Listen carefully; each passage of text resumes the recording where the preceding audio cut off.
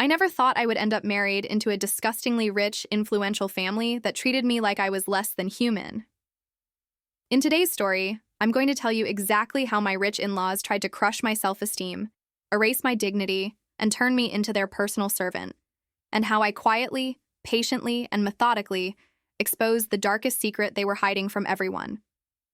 Before we start, if you enjoy deep, emotional revenge stories where the underdog finally gets justice, make sure you subscribe to this channel, like this video, and stay until the very end, because the twist in this story is something they never saw coming. And honestly, neither did I. My name is Emily, and I grew up in a small lower-middle-class neighborhood on the outskirts of the city. My parents worked incredibly hard just to keep the lights on and put food on the table. My mom cleaned houses, and my dad drove a delivery truck, often leaving before sunrise and coming back long after sunset. We didn't have luxury, we didn't go on vacations, and there were months when paying rent was a miracle. But my parents always made sure there was warmth, love, and respect in our tiny home. Because of that, I grew up valuing kindness, loyalty, and honesty more than any expensive car, designer bag, or giant mansion. When I met my husband, Daniel, I had no idea he came from an extremely rich family. He was simple in the way he behaved, he dressed casually, never bragged, and never used his family's money to impress anyone. We met at a public university in the library, sharing the same broken table and the same cheap coffee from the vending machine. For months, he never mentioned his background. To me, he was just Daniel. Smart, funny, supportive, and someone who listened when I spoke, really listened, as if my thoughts mattered. It wasn't until almost a year into our relationship that I discovered the truth. One day, Daniel told me his parents wanted to meet me. He seemed strangely nervous about it, constantly checking his phone, sighing, and asking me if I was sure I wanted to go. I thought it was just normal anxiety about introducing a girlfriend to the family. So I reassured him over and over again that everything would be fine. We drove for almost an hour, leaving my familiar streets behind and entering a part of the city I had only seen on television or in magazines. Tall iron gates, manicured lawns, and huge houses with security guards at the entrance. When we finally pulled up in front of his parents' house, I realized this wasn't just a nice place. This was a mansion. The house looked like a luxury hotel. High pillars at the front, massive glass windows, a fountain in the driveway, and expensive cars parked like decorations. I felt my heartbeat speed up, not because I was impressed, but because I instantly realized something. Daniel hadn't just been comfortable his whole life. He had been rich, very rich.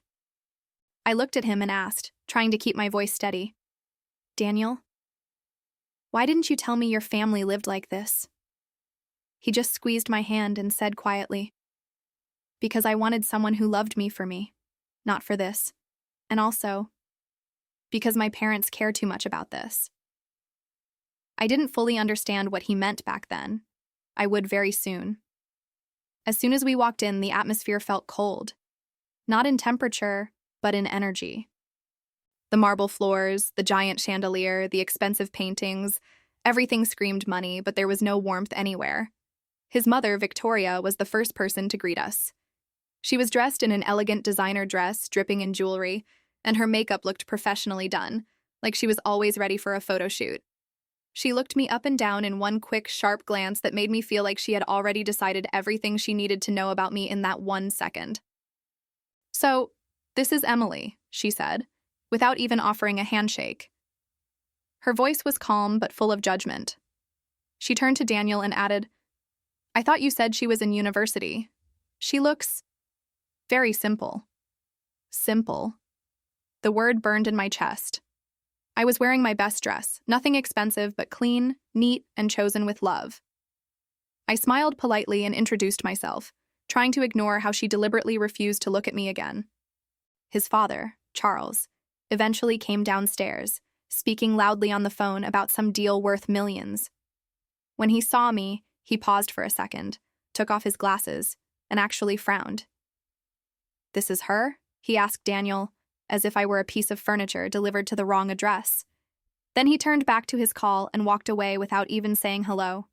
During dinner, things only got worse.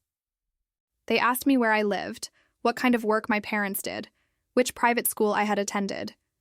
When I told them I had gone to a regular public school and that my parents were a cleaner and a delivery driver, The entire table went silent for a second. Then Victoria gave a small fake smile and said, "How admirable. Truly. Climbing from the bottom like that. It must be such a challenge, adapting to this world." Her tone made it clear I wasn't from their world, and in her mind, I never would be. Over the next months, as my relationship with Daniel became more serious, his parents made it their mission to remind me, in every possible way, that I didn't belong. They would organize family dinners and forget to tell me the dress code was formal, then comment loudly about how some people don't understand etiquette. They would order champagne for everyone at the table except me, then act surprised and say, "Oh, sorry, dear, we thought you wouldn't know the difference anyway." Whenever I talked, Victoria would interrupt me, correct my pronunciation, or subtly criticize my manners. Charles would ask me condescending questions like, "So, Emily, what does someone from your background expect to do in 5 years? Still struggling?" Every comment was a knife wrapped in a smile. They also started trying to control Daniel through me. They told him I was a distraction, that I would drag him down, that his career and reputation would suffer if he married someone without a proper family name.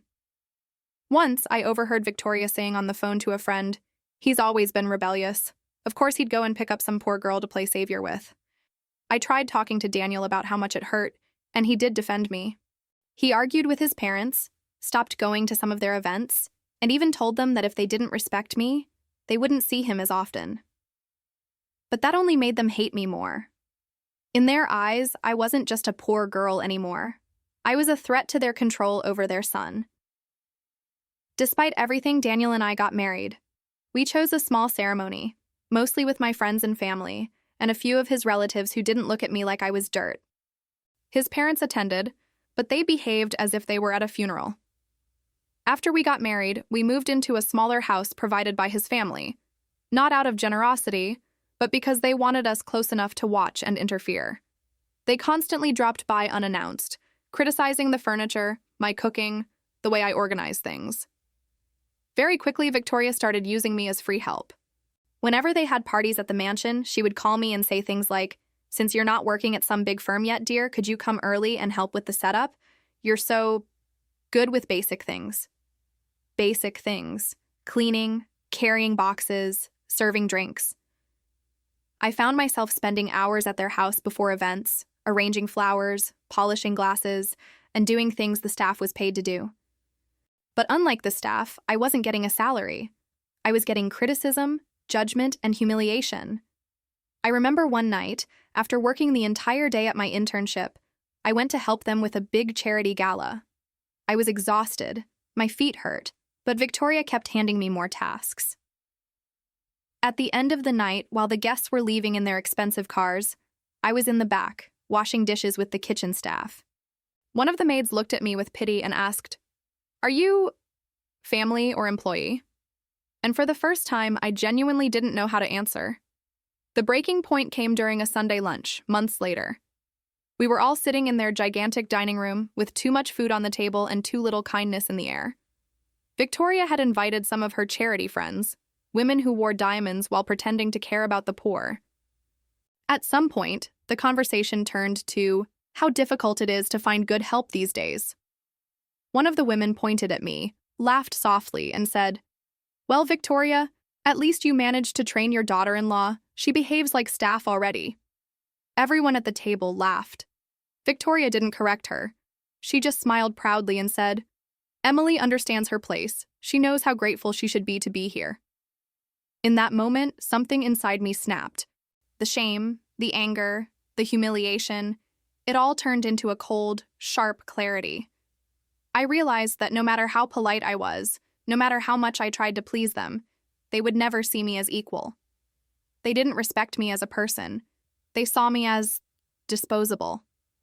That day, I decided, if they wanted to treat me like nothing, I would show them how dangerous it was to underestimate someone who has nothing to lose.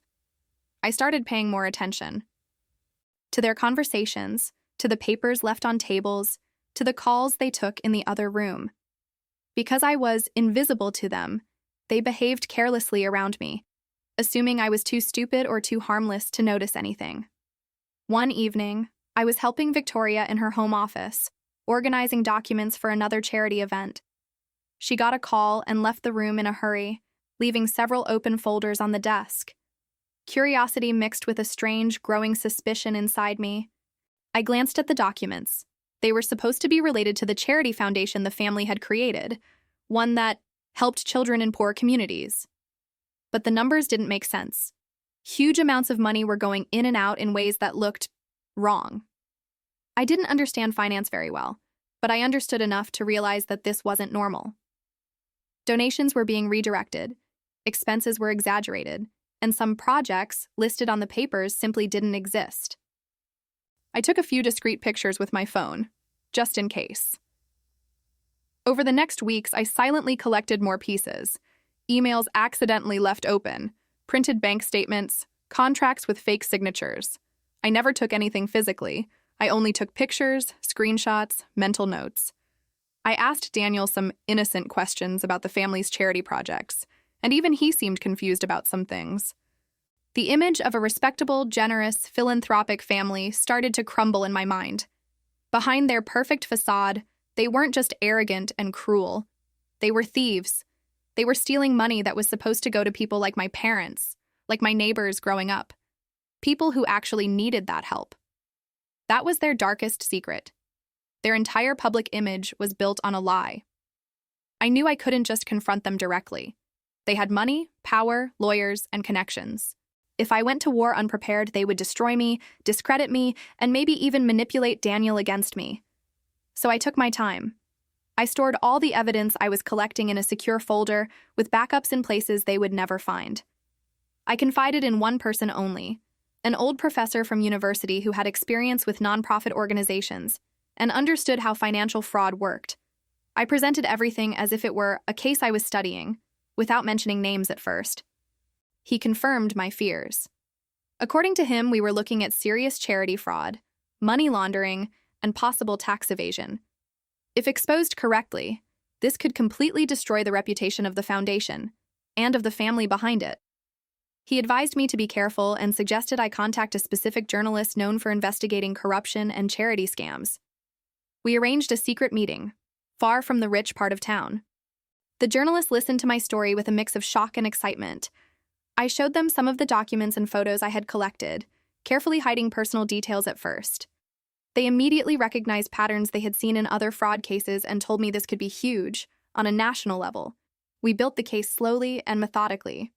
The journalist and their team did their own investigation, cross-checking the documents, interviewing former employees of the foundation, and tracking money that had disappeared on paper.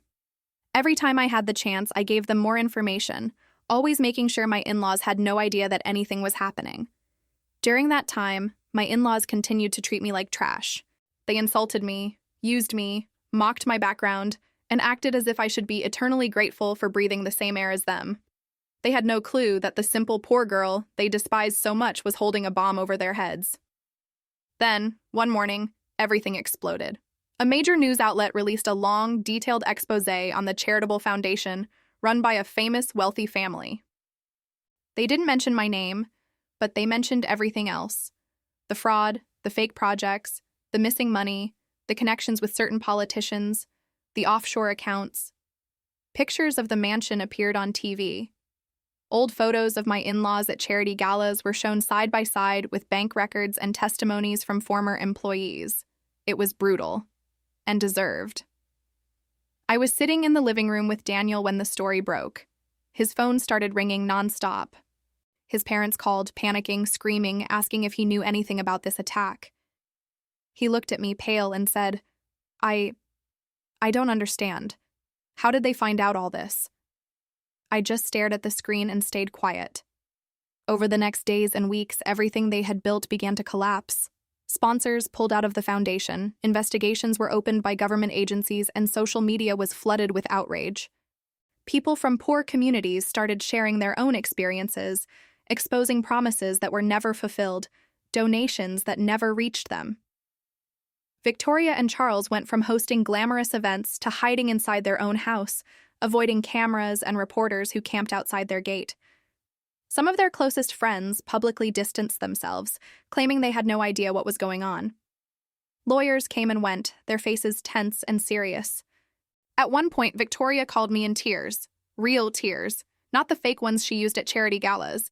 She begged me to help control Daniel, to keep him from leaving, to stand by the family in this difficult time. She said things like, "You're part of us now, Emily. You have to protect the family name." For the first time in my life, I truly felt powerful in front of her. Calmly, I replied, "I thought I was just the poor girl who should be grateful you even let me inside your house. Why would someone like me be able to help a family as important as yours?" She went silent. And deep down, I think she finally realized that she had underestimated the wrong person. Eventually, official charges were filed. The foundation was shut down, accounts were frozen, and several assets were seized. My in-laws weren't thrown in jail for life. The rich rarely are. But they were heavily fined, publicly humiliated, and banned from managing any charitable organization again. Their reputation in high society was shattered. People whispered when they walked by. Doors that had always been open to them suddenly closed. As for Daniel, things were complicated. When he found out I had been the source, he was hurt at first. Not because I exposed them, but because he felt betrayed that I hadn't told him sooner. We had many long, painful conversations about loyalty, justice, and family. I told him the truth, that I loved him, but I could not quietly watch his family steal from people like my parents, people like me. I told him that his parents didn't just disrespect me, they disrespected everything I stood for and everything I came from. In time, he understood.